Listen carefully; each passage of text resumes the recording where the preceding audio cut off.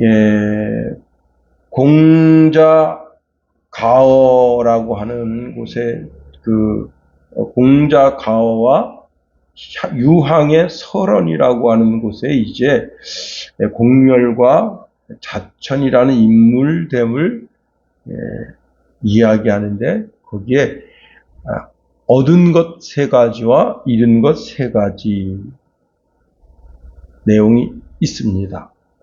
공자의 조카 이제 공멸에게 이제 공자가 물었습니다.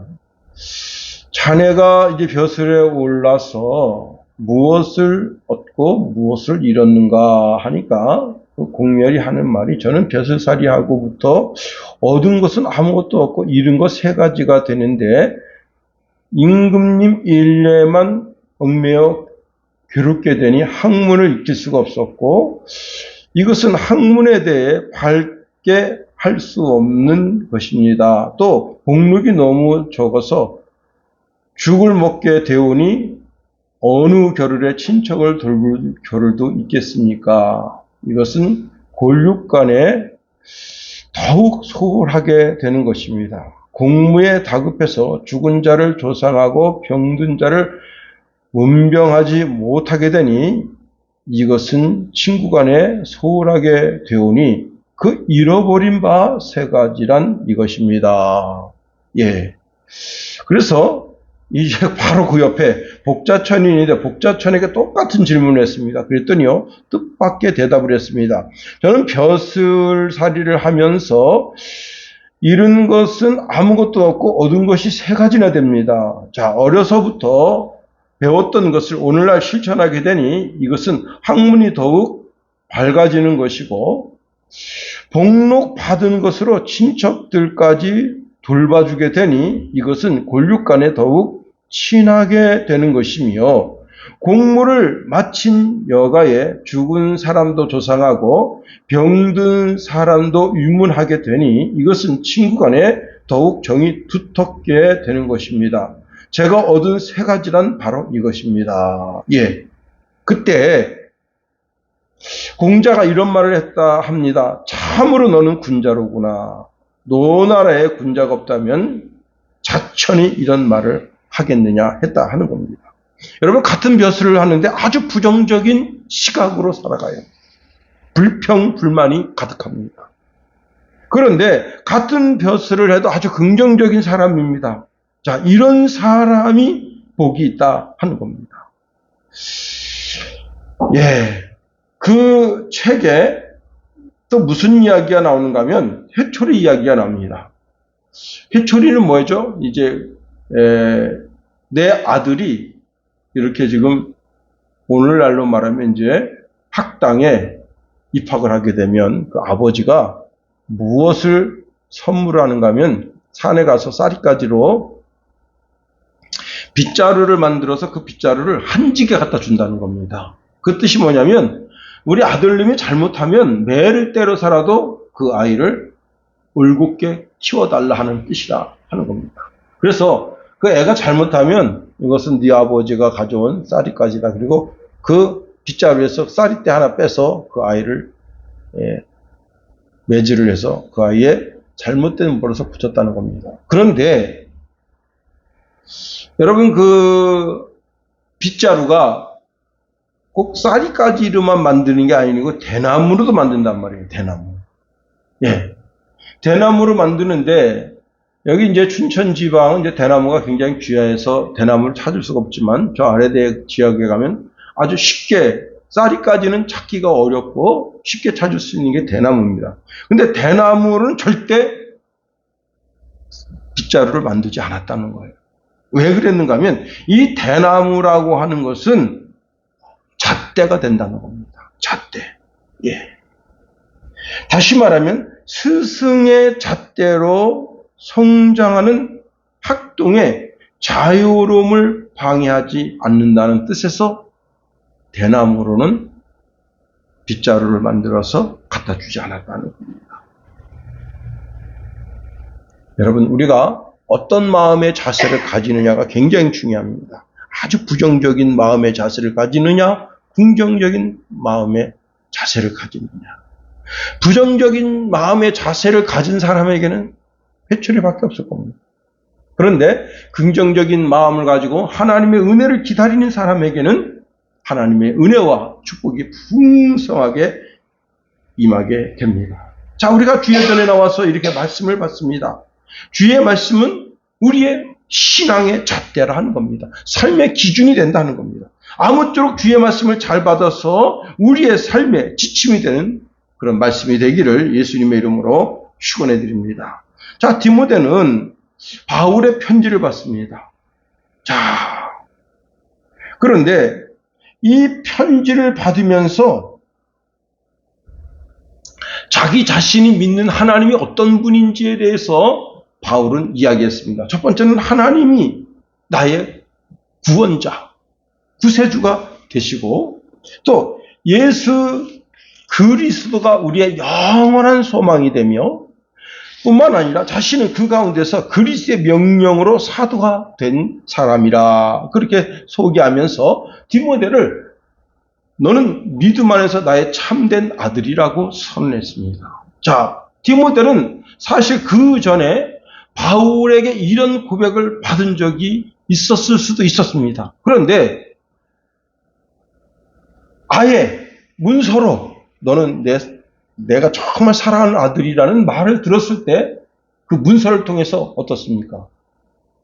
아, 정말 바울 사도가 나를 끔찍이도 정말 애제자로 나를 사랑하고 있구나 라고 하는 그 고백을 보면서 여러분 날마다 그 편지를 볼 때 제일 먼저 뭘 보겠어요?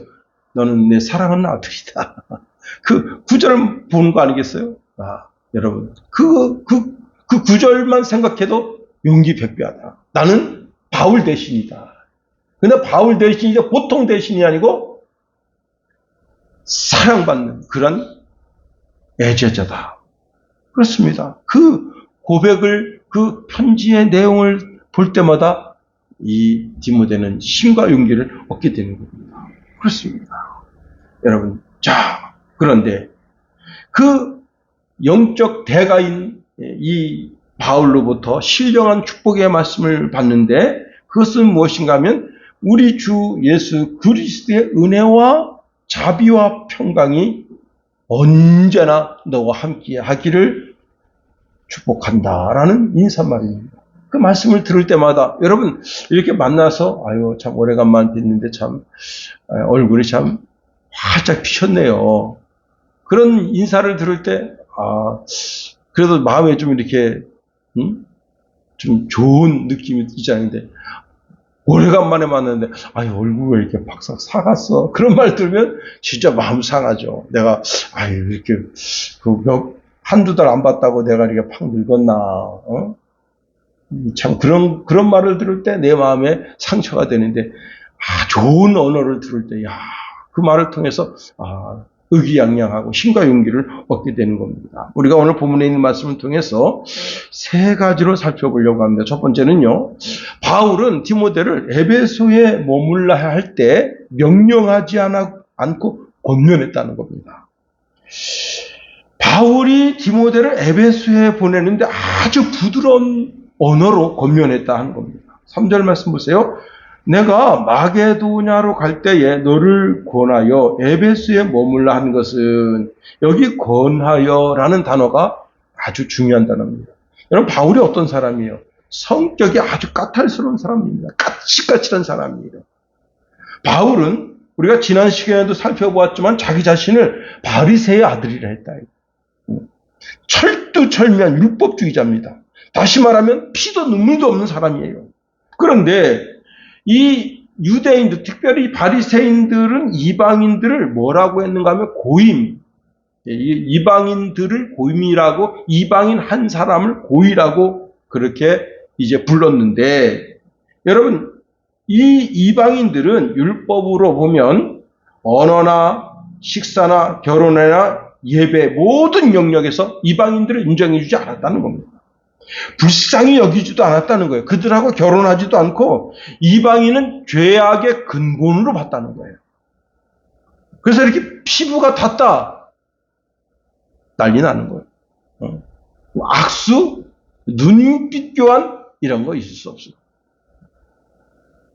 자, 이들은 이방인을 죄악의 근본으로 보고 이방인들은 하나님을 알지도 못하고 우상 숭배와 도덕적으로 타락했기 때문에 유대인들은 그들을 영적으로 더럽다고 생각한 겁니다.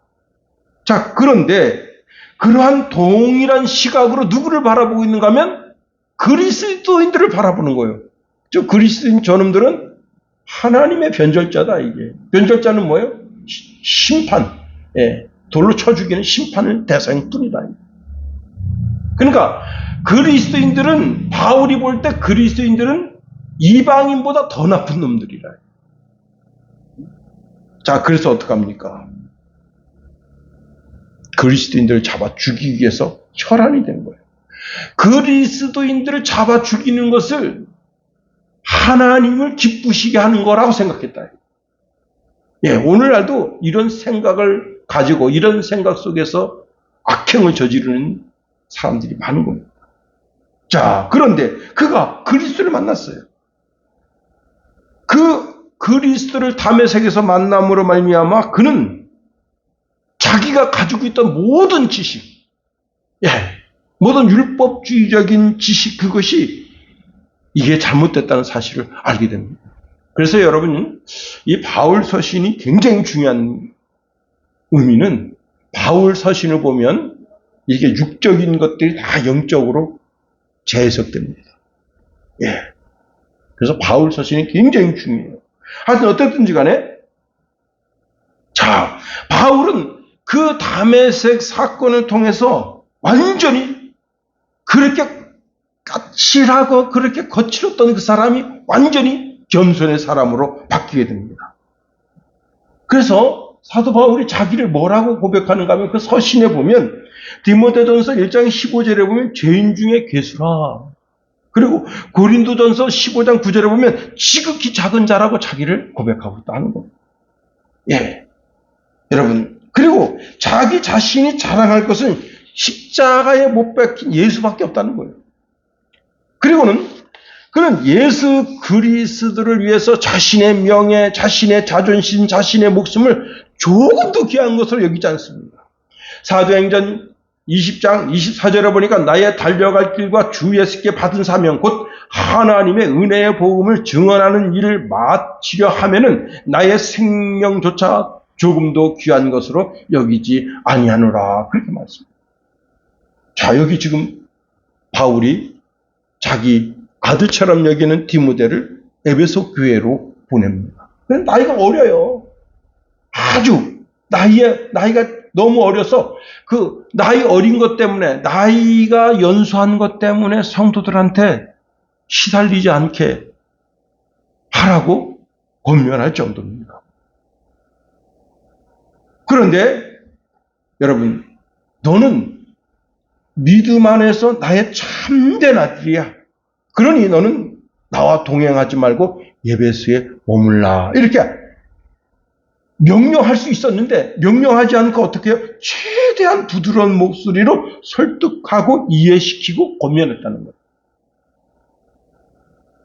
이게 너무 중요한 것이 뭐냐면, 자, 당시 디모데는 바울과 함께 마게도냐로 가려고 하는 마음을 가지고 있습니다.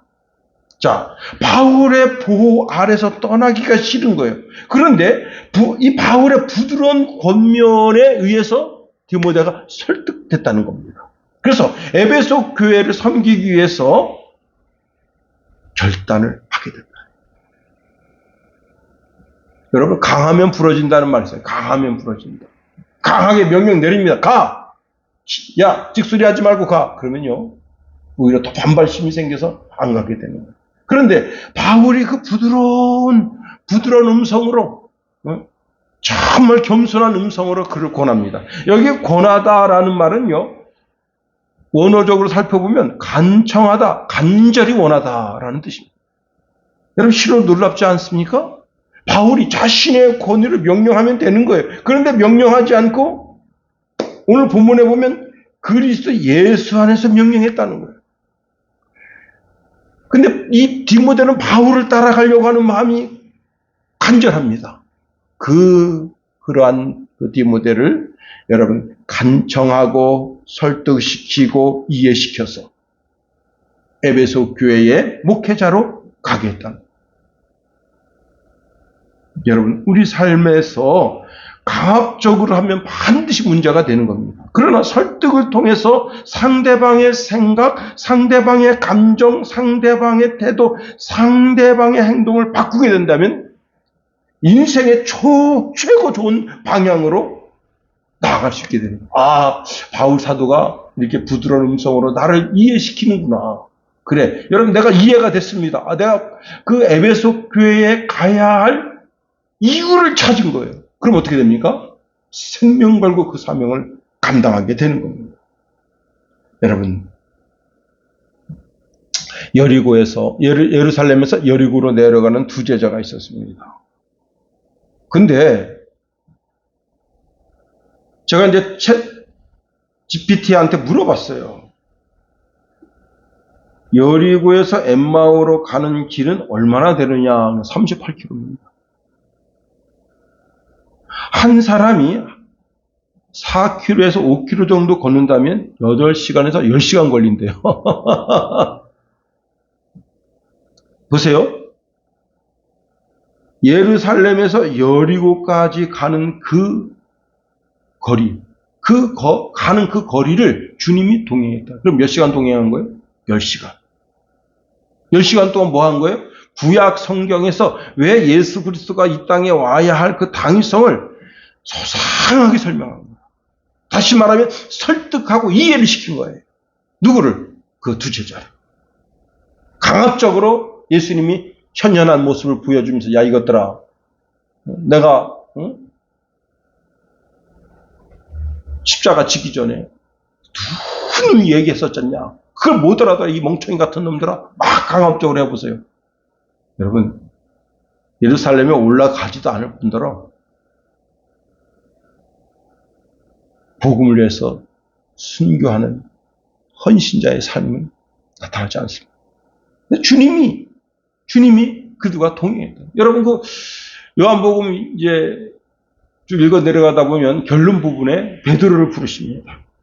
근데 베드로를 부르실 때 어떻게 부르시느냐? 여러분 잘 설득 안 되는 사람 있잖아요.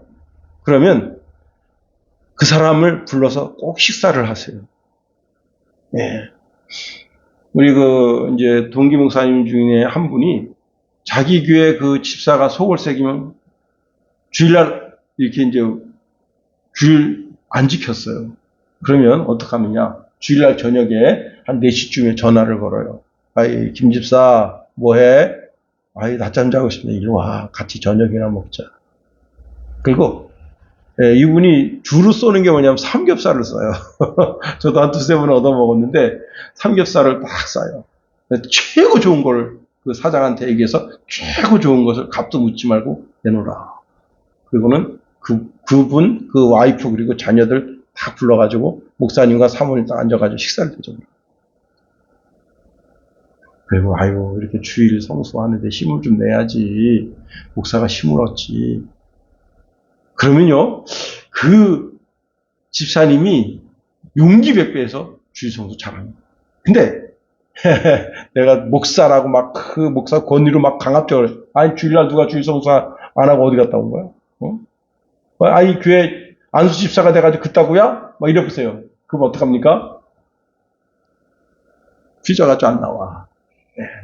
바울에게서 참된 지혜를 배우는 우리 삶에도 마찬가지입니다. 우리 삶에도. 두 번째로 자 그러면 이 디모데를 에베소에 머물러 한 그 이유가 뭐냐 말이에요. 오늘 본문에 답을 주는데 다른 복음 때문이라 하는 겁니다. 자 바울이 이렇게 권면한 이유가 당시 에베소 교회에 영적인 대혼란이 있었다는 거예요. 다시 말하면 에베소에는 여러 목회자가 있습니다. 예. 자, 이들이 신앙을 견고하게 하고 그 다음에 에베소 교회 성도들의 신앙도 견고하게 할 책임을 디모데가 지고 지금 이 에베소 지역에 파송받는 겁니다. 자, 문제는 자, 요 목회자들이 어떤 사람들인가 하면 다른 교훈을 가지고 가리키고 있다는 거예요. 그래서 오늘 본문에 이렇게 말씀하고 있네요. 어떤 사람들을 명하여 다른 교훈을 가르치지 말며, 다시 말하면 복음, 즉 그리스도에 관한 것 외에는 그 어떤 교훈도 더하지 말라, 이게. 그걸 지금 누가? 디모데가 부탁받은 거예요. 어떤 이는 복음을 더 발전시킨다는 구실로 이 복음에 뭔가 좀 부족한 결점이 있어서 그것을 보완하는 것처럼 구실을 붙여서 복음 외에 다른 것을 거기다 자꾸 더하려고 한다.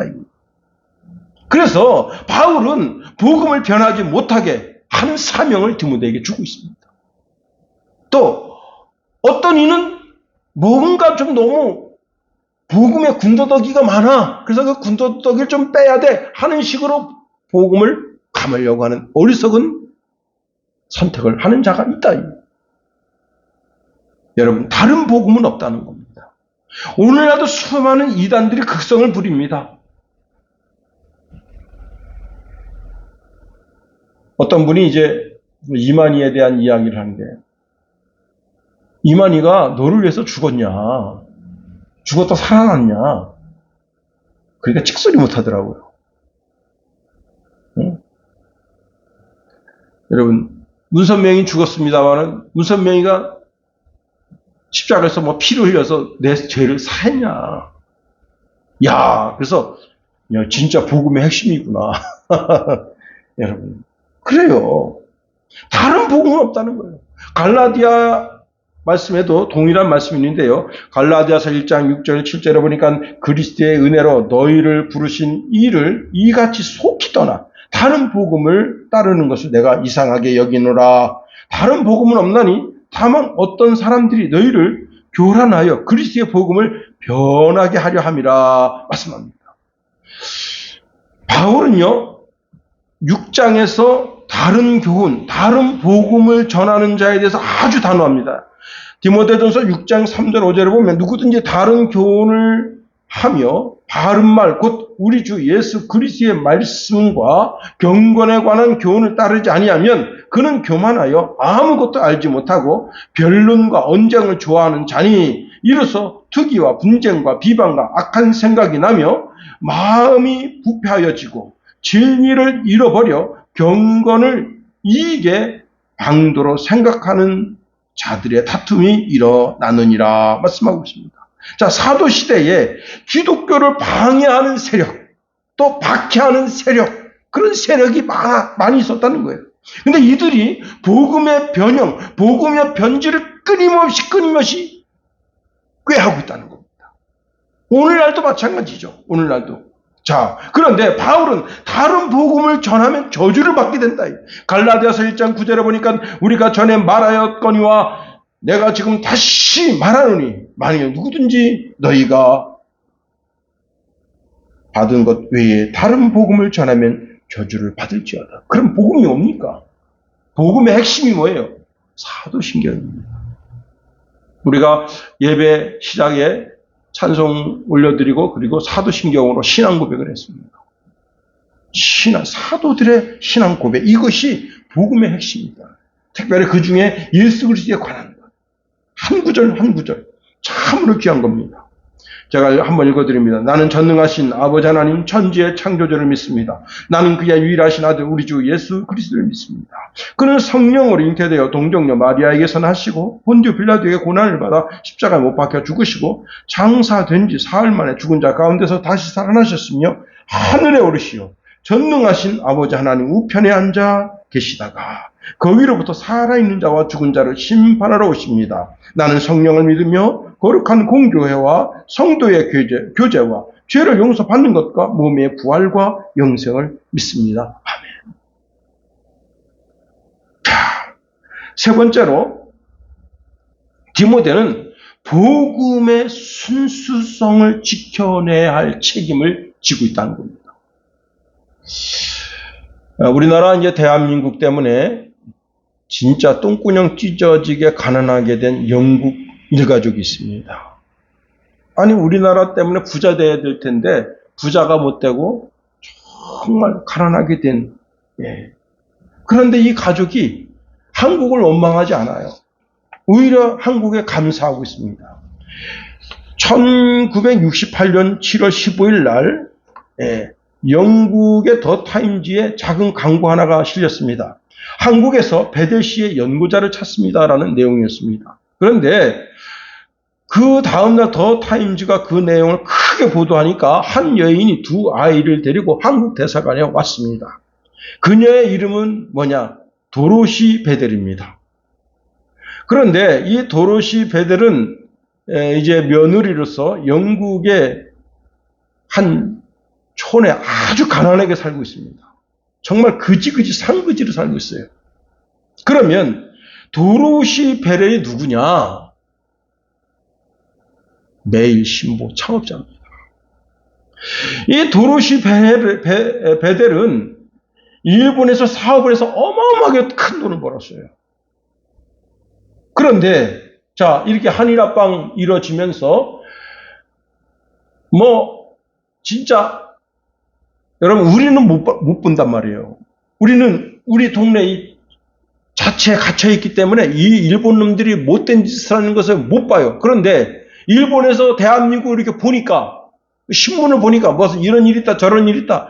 좋은 뉴스가 있지만 좋은 뉴스 이면에 뭐예요? 그 한국인들을 지지밟고 수탈하는 게 그게 다 보인단 말이에요. 그래서 그냥 이렇게 해서는 안 되겠다 해서 이제 도로시 베델이 여러분 우리나라에 와가지고 대한 매일 신보를 이제 창간하게 됩니다. 그리고는 일제의 만행을 거기다 다 쓰게 됩니다. 그런데 조선의 총독으로 와 있던 이토이 히로부미가 그냥 이 도로시 베델을 그냥 이깁니다. 그래서 결국은 이제 병사하게 되고, 자, 그 남편이 이렇게 되니까 그 일가족이 어떻게 됩니까? 다 그냥 영국으로 돌아가 버린 거예요. 그지그지 산그지더라죠. 그러면 도로시 베델이 뭘 지켜내려고 그렇게 한 거예요? 대한민국을 지켜내려고. 대한민국의 순수성을 지켜내려고. 대한민국이 변질되거나 변형되는 것을 막기 위해서 자기 전 재산을 쏟아 부으면서 대한민국의 순수성을 지켜내려고 했던 거예요. 그러면 우리는 제가 조금 전에 사도신경을 읽어드렸습니다. 사도신경을 읽어드렸는데 우리의 신앙을 지켜내려고 몸부림쳐야죠.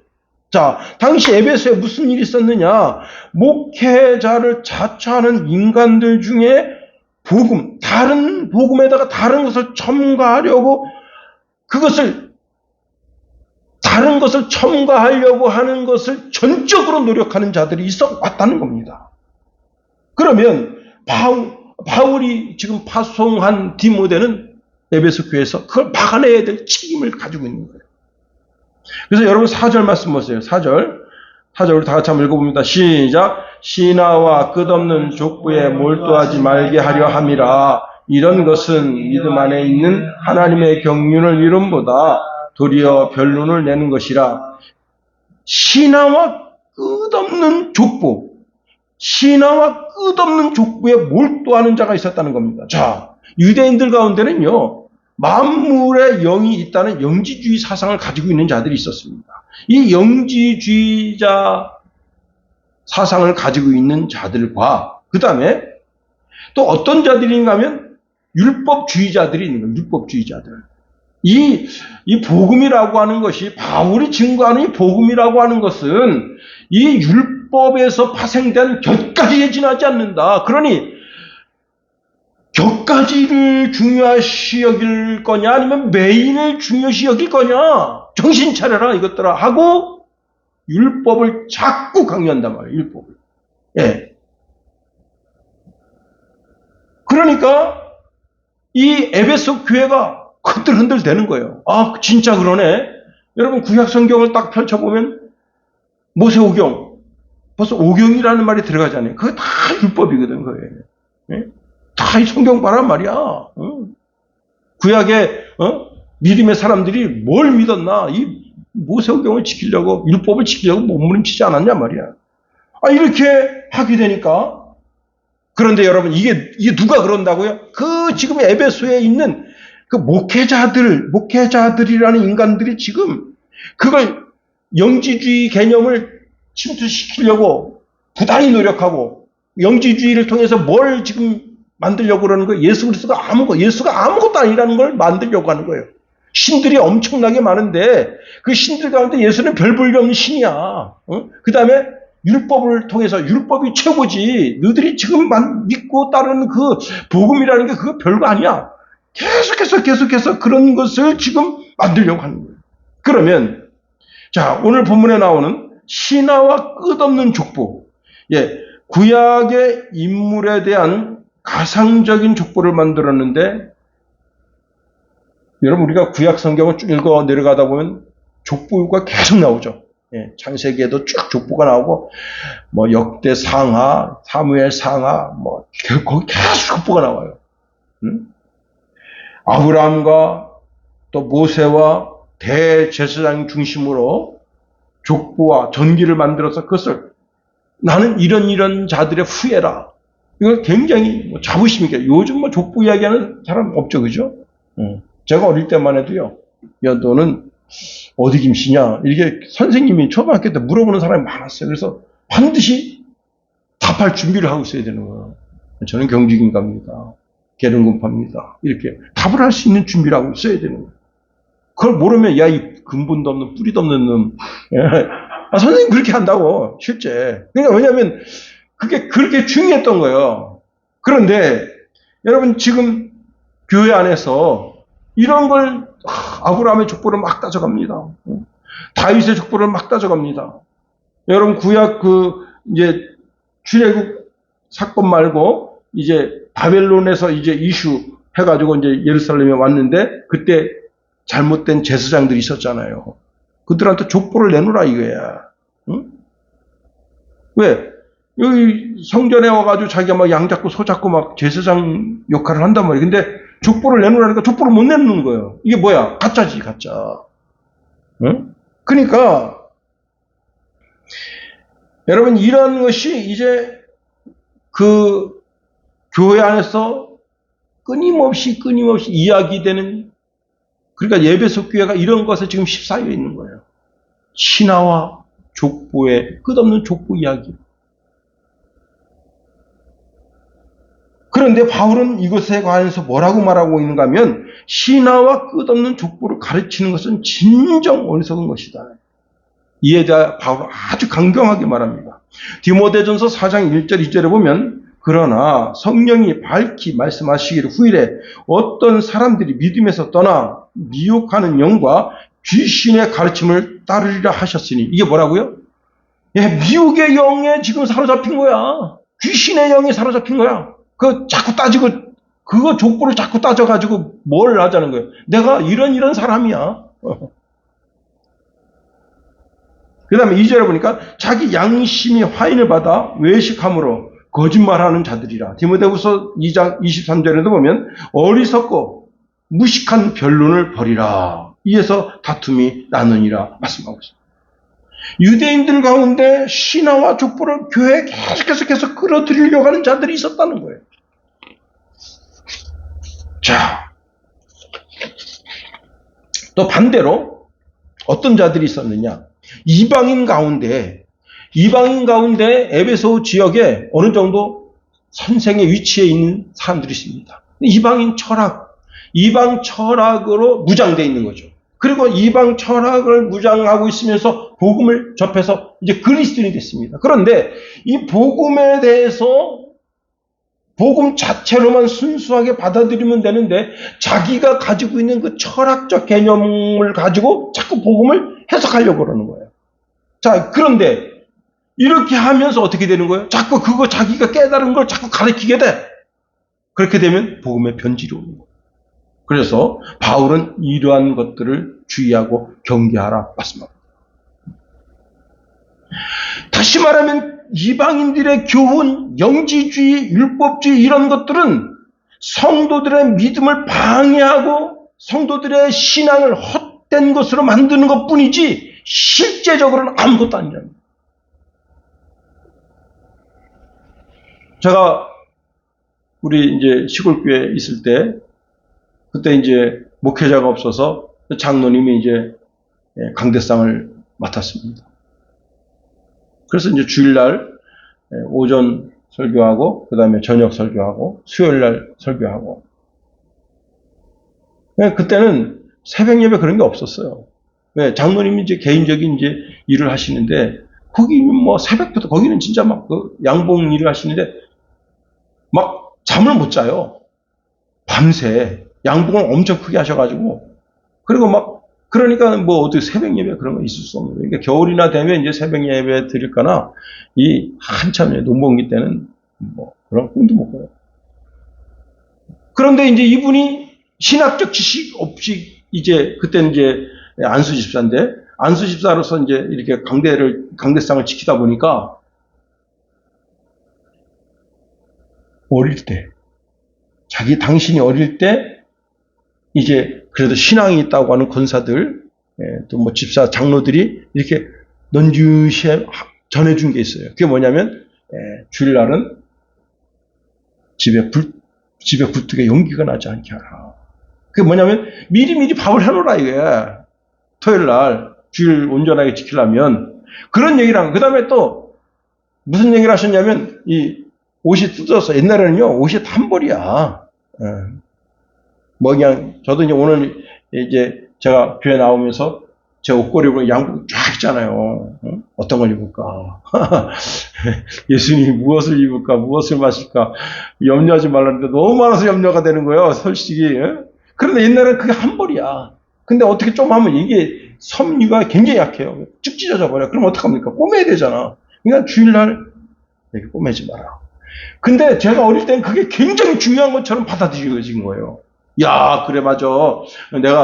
지금은 이제 어머니도 신앙생활 안 하고 아버지도 신앙생활 안 하니까 그렇지. 만약 이제 내가 이 다음에 커서 교회 뭐 이제 집사가 되고 이렇게 해서 신앙의 어떤 그걸 내가 이렇게 한다 그러면 우리 집에는 밥은 토요일 날 하고 굴뚝에 연기 나지 않게 하고 그 다음에 뭐 이런 걸 제 마음으로 꿈꿨단 말이에요.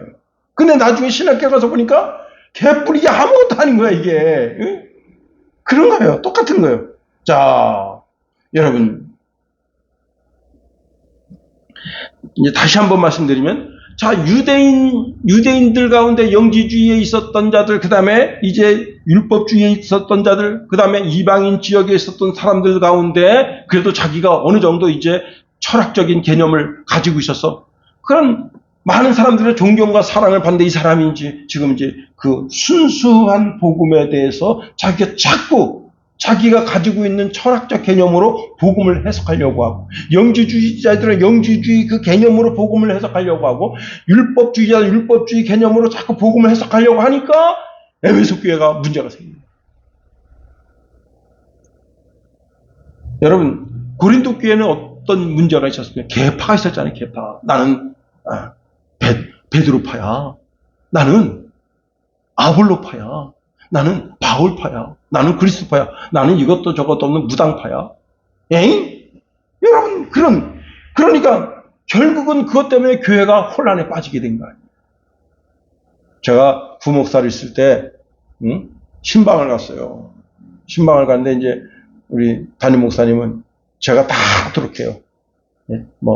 이제 가면 이제 사도신경으로 예배하시겠습니다. 사도신경하고 기도를 시키는데 제일 먼저 누구 시켜야 되냐면 신방부장을 시켜야 되는데 나는 이 권사님이 신방부장인 줄 알고 이 권사님을 기도를 시킨 거야. 근데 이 권사님이 신방부장이었어요. 삐진 거야. 왜 삐졌냐면 서로 라이벌이야. 응? 서로 라이벌이라고. 야, 그래가지고요. 왔는데 이제 담임 목사님, 김 목사 너 큰일 났다. 왜요? 야, 너 있잖아. 그 신방부장 삐졌다 지금. 그래서 제가 그 자리에서 전화했어요. 그런 일이 있을 때 즉각 해야 돼. 이게 미루면요 문제가 커져. 아유, 권사님 죄송합니다. 저는 이 권사님이 신방부장인 줄 알았네요. 크게 실수했는데 저 어떡하면 좋겠습니까? 그 권사님 하고 있으면 아유 전화 안 하셔도 되는데 전화 안 하면 큰일 나는 거예요. 전화 안 하셔도 되는데 아닙니다. 권사님 죄송해요. 아유 권사님 신방부장으로 이렇게 큰일 하시는데 그 이튿날 딱 가자마자 제일 먼저 시켰어요. 그랬더니 이만큼 찢어진 거야. 부목사가 미안하다고 전화 줬지. 그 다음에 대신방인데 그냥 그 권사님 갈 때마다 그냥 제일 먼저 그냥